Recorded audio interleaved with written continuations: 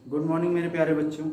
आज हम पढ़ेंगे कक्षा 6 विज्ञान भाग 3 पार्ट 1 हमारी पृथ्वी एवं पर्यावरण के अंतर्गत। ठीक है, इसके पहले हम लोगों ने हमारी वायुमंडल की उपयोगिता के बारे में हम लोग पढ़े थे। इसके बाद हम पढ़ते हैं जल चक्र के बारे में। ठीक है, जल चक्र की बात करें तो पृथ्वी जो है, पृथ्वी के जितने भी मतलब जल आते हैं, बरसात होती है, वो किसी न किसी रूप में क्या होता है, वापस चली जाती है। यानी ऐसे कह सकते हैं प्रकृति जो है अपने हर एक बूंद का पुनः चक्रण करती है और उसका कुछ भाग वातावरण हमारे वायुमंडल में जाता है और कुछ मिट्टी में चले जाते हैं और कुछ नदियों में चले जाते हैं। ठीक है, अर्थात यह कह सकते हैं कि हमारे द्वारा जितने भी पानी उपयोग में किए जाते हैं या उपयोग की जाती हैं, वे किसी न किसी रूप में वायुमंडल में फिर चला जाता है और उसी को हमारे पृथ्वी पर फिर से बरसात के रूप में दिया जाता है।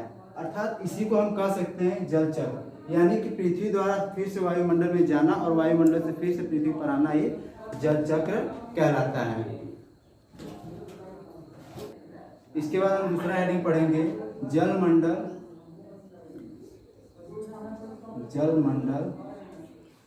अथवा सागर अथवा महासागर।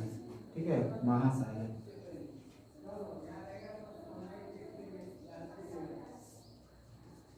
महासागर की तुलना हम समुद्र से कहते हैं। ठीक है ना, जलमंडल अथवा महासागर, जहां पर पृथ्वी पर जहां भी जल का अधिक भाग हो उसे हम जलमंडल अथवा महासागर कहते हैं। महासागरों में अनेक प्रकार के उपयोगी पदार्थ पाए जाते हैं। ठीक है, यहाँ पर अनेक जीव भी होते हैं। ठीक, और इस प्रकार हम कह सकते हैं कि महासागरों में अनेक जीव और जंतुओं का निवास स्थान भी है या प्रमुख निवास भी है। ठीक, इसके बाद हम यह भी जानते हैं कि जलमंडल में अनेक उपयोगी पदार्थ पाए जाते हैं जिसका प्रमुख स्रोत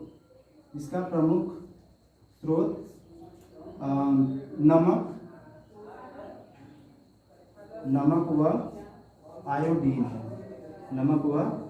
आयोडीन है।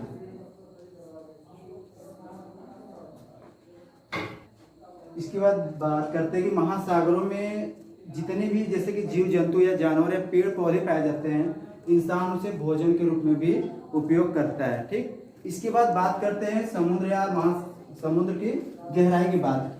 यानी समुद्र की गहराई जो होती है औसतन, समुद्र की गहराई या औसतन गहराई कह सकते हैं। ठीक है, समुद्र की औसतन गहराई या औसत गहराई। ठीक है, 3.9 किमी या इसे कह सकते हैं 4 किमी। और बात करते हैं समुद्र या महासागर, 5 प्रकार। महासागर के 5 भाग हैं। महासागरों के 5 भाग हैं। 5 भाग हैं।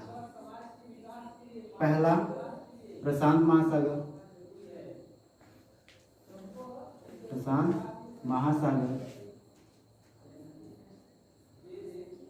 दूसरा अटलांटिक महासागर।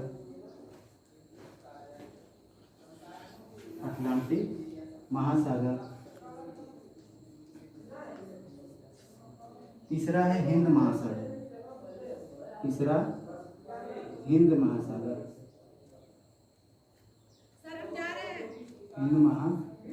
इसके बाद चौथा है अंटार्कटिक महासागर।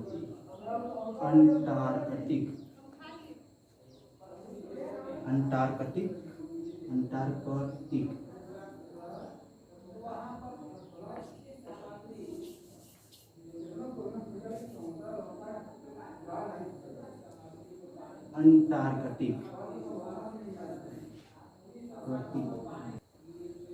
चौथा है आर्कटिक महासागर।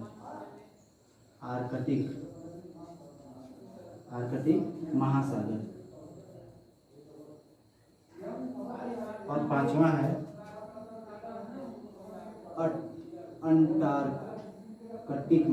अंटार्कटिका महासागर।